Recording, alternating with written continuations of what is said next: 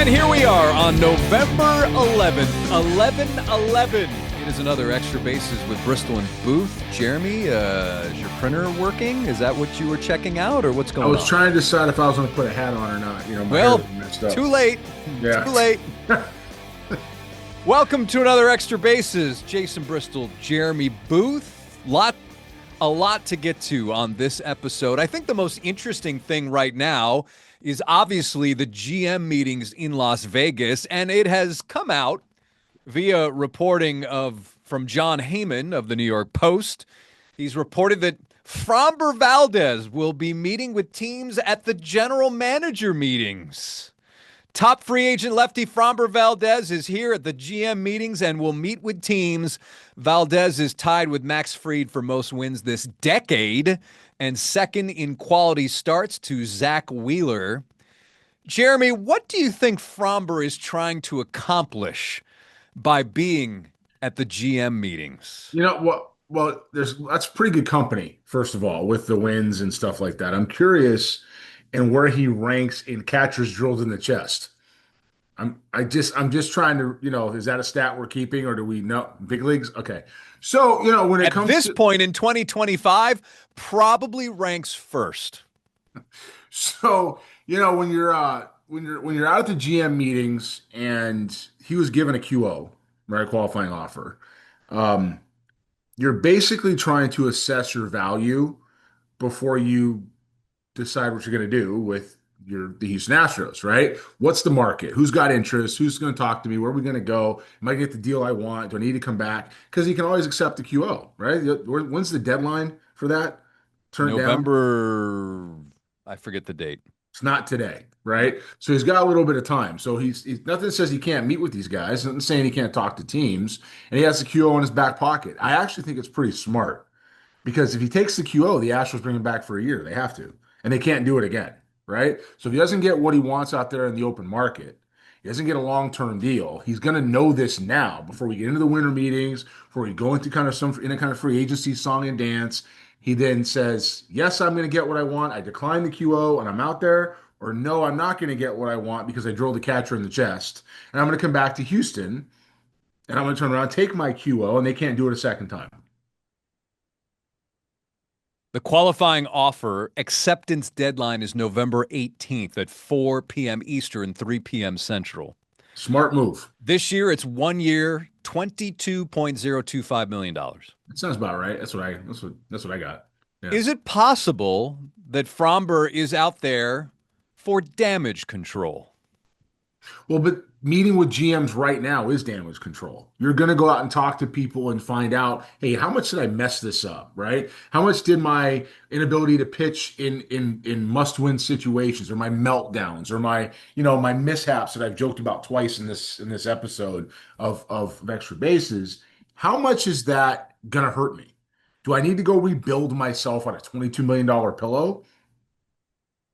Not the worst option in the world. Right? Now, I mean, the Astros fans might be upset at him just because they have a little bit of reason to be upset, frankly, with Framber and the way he's performed in key moments recently. But when it comes to what his upside is, to what his future is, to where he wants to land, he is doing it the right way to see what kind of damage control, to borrow your words, that he needs to do with these other clubs before deciding to take the QO and put it to bed and come to camp. I don't think Astros fans would have any issue with Framber Valdez coming back at 1 year and $22 million. No, I don't think they have any issues with that. I think they have some issues with his performance in those situations, right? If Sure. he comes back, if he comes back here and he accepts the QO, you got to think that Dana and company is trying to win again, right? And you would think they're going to try to win again. So if that's a scenario in a division that's getting better in Texas, and I thought they were really a good team last year on paper, they just didn't perform. Are the Rangers getting better? They're going to get better. The Mariners, who are getting better, okay, they're going to try to address what they have. The A's, who are still going to be the A's, and the Angels are the Angels. You got a 3-team race out there, right? And so they got it in the West. So they got to figure out. The Astros got to figure out if they're going to try to win the West or at least get in the wild card. And they have a shot at both right now as the season starts tomorrow. If they brought their guys back, they're still the same team they were on paper. So when it comes to what he's going to decide to do, the Astros fans and the city will look for him if he comes back to Houston to perform in moments he didn't perform in 25. And frankly, that's some meltdowns in 24 in, right? He's going to have to turn around and be the Framber that the Astros think they're going to get and that we're used to. I'm very curious, and maybe we've spoken about this in the past. I can't remember, but I'm wondering if the pressure of being a free agent got to Framber. Okay. Your response? I think it's probably a yes.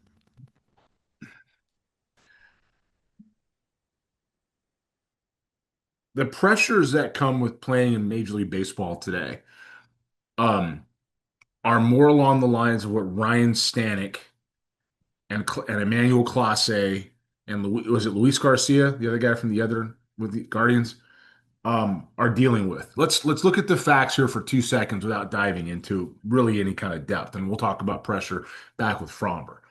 Stanek has come out and said, I get death threats if I don't perform. Okay. You know, Martin Maldonado is getting them. You know, other people around the league were getting them. Death threats from fans. You don't perform well. You're terrible. I'm going to hurt Lance you. McCullers Jr. Right. I'm going to hurt you and your kids and your family. There's a few things that should make another human being that upset. And a baseball game is not one of them.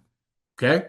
Now, when it comes to the other side, of Clase and Garcia, you got to figure they're making a ton of money. Why were they throwing their stuff away for 7 grand? Has anybody bothered to ask that question yet? We're going to go ahead and 65 years potentially in jail for 7K. That's pressure. Why you throw away all that? That's you don't know what they're dealing with. And I'll say it now. I hope there's an investigation of that stuff because that's not a lot of money to throw away guaranteed dollars on the other side to face a 65-year jail term. It's just not. Okay. So when you turn around and you have that type of pressure, that's pressure. Framber Valdez has the luxury of being able to come back to Houston and know that if he didn't perform well in 24 and 25, he's got $22 million waiting for him to come be an Astro in a city that would love to have him back, in a city that he grew up in, that he's used to, in the only organization he's ever known. I don't think that's pressure. I think that's pitching with an ace card in your pocket. And if he thinks that's pressure, he has no idea what's coming for him if he leaves Houston to pitch. If we're going to get down to it, Houston fans, as much as Houston fans wants to win, the markets around the rest of the country are way harder on players. This is a cakewalk for players here compared to what they get at other spots. I'm not saying there's not, aggressive fans, people that are out of line, but do this in New York and Boston, like Stanek's pitching for the Mets. Do this there. Do this in Philadelphia. I have been in the stands in Philadelphia during the World Series and watch those fans and how they treat their own players. Listen to them. And that's just their culture. It's not for me to put them down or not. But the people pitching in Houston are playing in Houston feel pressure. Where? Where are you feeling pressure here? You're at Dyken Park. You have people doing this all the time. Where's pressure? I don't get it. So I know. I mean, I'm with you with what that could be. But if somebody's feeling pressure about playing for $22 million, they need to get their pulse checked. That's a problem. Well, the thing was, Fromber wasn't playing for a 1 year qualifying offer. He was playing for a job of 5, 6 years, hundreds of millions of dollars. I mean, to me, that's where perhaps you would look at the pressure of being a free agent because of everything he potentially stood to lose by. I mean, think of it, Jeremy. Why would someone argue or say something about the positioning of the outfield if it didn't? I mean, ultimately, it comes down to his stats and the numbers, I'm wins gonna, and losses, which, you know, yeah, you're not wrong, but I think we need a I'm not saying perspective. I'm not saying that was his reasoning. I have no idea what his actual reasoning was, why he was so frustrated. But I think one could argue that perhaps the pressure of being an impending free agent was a bit of an issue. I think we need an attitude adjustment in this one area. Okay. And I think this is a deeper, I'm not saying you're wrong. I don't know. You could very well be right. But when I say he has an ace card in his pocket, that means he has the qualifying offer in his back pocket. Okay. It doesn't mean that he didn't want the 5 or 6, 7 year deal. It doesn't mean he didn't want the mega millions on the other side. But let's be honest here for a second. John Q. And I'm not saying players shouldn't get what they're worth. That's a totally different conversation, right? But John Q. Fan, right now, you give him $22 million before taxes, 1 year, and he's set for the rest of his life. She's set for the rest of their lives. That's not pressure. That's not pressure, okay? That's going ahead and pitching and performing and falling back on. And we don't, again, that's it's a surface level conversation. That is a performance anxiety that talks to me about intestinal fortitude. And I refuse to believe that Framber Valdez has no guts. So far as I'm concerned, he went out and performed. He didn't have a good year. He didn't really listen real well. He was on his own drummer for a couple of years, and that's what bit him. And when you hit somebody in the chest with a fastball, and I know that I made jokes about that. That was it Caratini that was catching? Who was catching? No, it was Cesar Salazar. Cesar Salazar. Salazar deserves a medal for how he handled that. That was class. That was dignity. That was, hey, we got this. We'll take this together. Well, he You had know, no other way. He does not have the status in the clubhouse. yeah, but even still, that's class to say, yeah, I don't know what happened, man. Framber, whoo, boy. That was how you do it. And then Valdez, he has GMs who know the game, and people like PitchCom blamed it on PitchCom. You've got to be kidding me. Okay. I know the people that are building out PitchCom and marketing PitchCom and selling PitchCom. And I'm not gonna quote them. I've had my conversations with them, but I'm gonna tell you from my experience with the device and the people that are working on it, it wasn't PitchCom's problem. And everybody around the league knows that. He has to go answer those questions face to face with GMs that are saying, why am I bringing you into my clubhouse? So you can do that? Is that what's going to happen? Now go back to Houston. That's what he's doing out there. It's not about his stuff. It's not about his guts. It's about what happened with that and how many GMs have interest even talking to him. When you look at Framber's stats, 162 game average, 16 and 10, 3.36 ERA, 207 innings per, and 202 strikeouts and 75 walks. This year, he was 13 and 11 with a 3.66 ERA. Led Major League Baseball, I assume tied Major League Baseball league leaders with 2 complete games, but he also had 12 wild pitches, which was tops in Major League Baseball. Last year in 2024, very good regular season, 15 and 7 with a 2.91 ERA.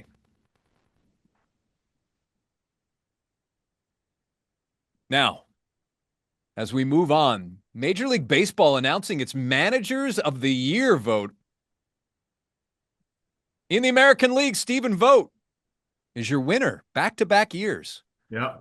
Murphy, Brewers, also winning again. Deservedly so. Schneider comes in second, Dan Wilson third, Alex Cora fourth, AJ Hinch fifth, Joe Espada sixth in the American League voting.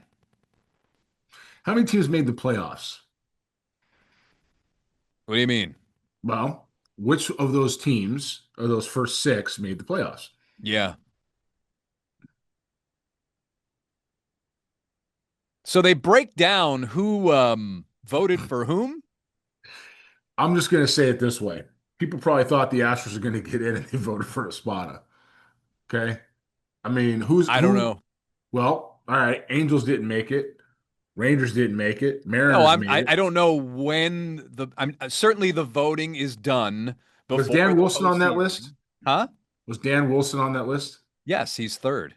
He's third. Okay. So the first place votes, Stephen Vogt had 17, John Schneider 10, Wilson had 2, Alex Cora had 1 first place vote. Those were all the first place votes. That's four teams. All those guys got in. Who was 5? AJ Hinch? Yeah. He got Tigers. 1 second place vote, 3/3. Tigers got in. Joe right? Espada got 1 second place vote. And Booney was left out? Yeah. Because they hate him. So, I mean, you have those 6. Well, right I think it's because of the money that's tied up in that. Not tied up, but the money that's in the roster, you know? That's my point. Okay, I get it. We're saying the same thing. He's just not. So it breaks down are the 2 Houston representatives, baseball writers, Christy Rican, Vogt 1, Wilson 2, Schneider 3. Not bad. Brian McTaggart, MLB.com, Vogt 1, Espada 2, Schneider 3. You know, So those are the and I appreciate the baseball writers releasing the voting results. Very interesting. John Paul Morosi had Schneider, Vogt, and Wilson in that order. you got to give guys credit when they're willing to say, this is how what I thought. Like you got to Evan give them credit Woodbury for that. from ML Michigan Live had Hinch third. So that's where Hinch got his one third place vote by the So the local. guy from Michigan voted for the Tigers manager, and I the don't guy think from I don't think Jason, I don't think Jason, that's surprising. you know where I'm at right now? Hmm. I'm at my house, Yeah. and do you know what's in the kitchen? Your stove? My stove. And so if I go into the kitchen and I turn on my stove, Mm-hmm. and the stove and kitchen are located in my house, and then I put something on that stove, I'm home cooking. Okay. And so I'm telling you is that McTaggart voting for a spot a second. I saw Brian separately in the airport. You get Brian away from everybody a little bit. He's not a bad dude. Talked to him a little bit. Brian and I have been around each other for 15 years. He just said 2 I've words to never me. thought he was a bad dude. So, Well, for me, well, whatever. I anyways, was around Brian certainly when I was some people, I would say this, some Astros fans don't always like accurate and non-biased reporting. So I understand what you're saying. I mean, so I've gotten to talk to him a couple of times after all these years of scouting the club and the organization and doing this stuff here. And he's actually a pretty good dude when you get away from the pen, let's say, right? But um, when it comes to that vote, with all due respect, the spot has no business in the top three, and he's sixth because they didn't like Booney. Now, Around July, he did. eh, no, he With didn't. all the injuries, Joe Espada around July was not okay. You don't play half the season. It's not manager of the first half. True. It's manager of the year. And when you have your stars come back and you can't perform with them, you don't belong in the top six. Now, I'm not saying it's all Joe's fault. I've never said it's all Joe's fault. Could have been Andrew bye ball. It could have been, when it comes to Dana, who knows? But is what I do know is that Espada was not one of the best managers in the game. No matter how that team effort, it's a team effort if they win, it's a team effort if they lose. Joe's the guy at the front that has to wear that one. Good for him. He got in the top six. We didn't belong there this year. Now it's time to dive into the comments Oh boy. section. The comments section from our last extra bases. Coming up first, leading off, Hector 3053. I love the insight I get from you guys. I agree with Jeremy. No. Thanks, guys. Unfortunately, I don't know what he's actually referring to.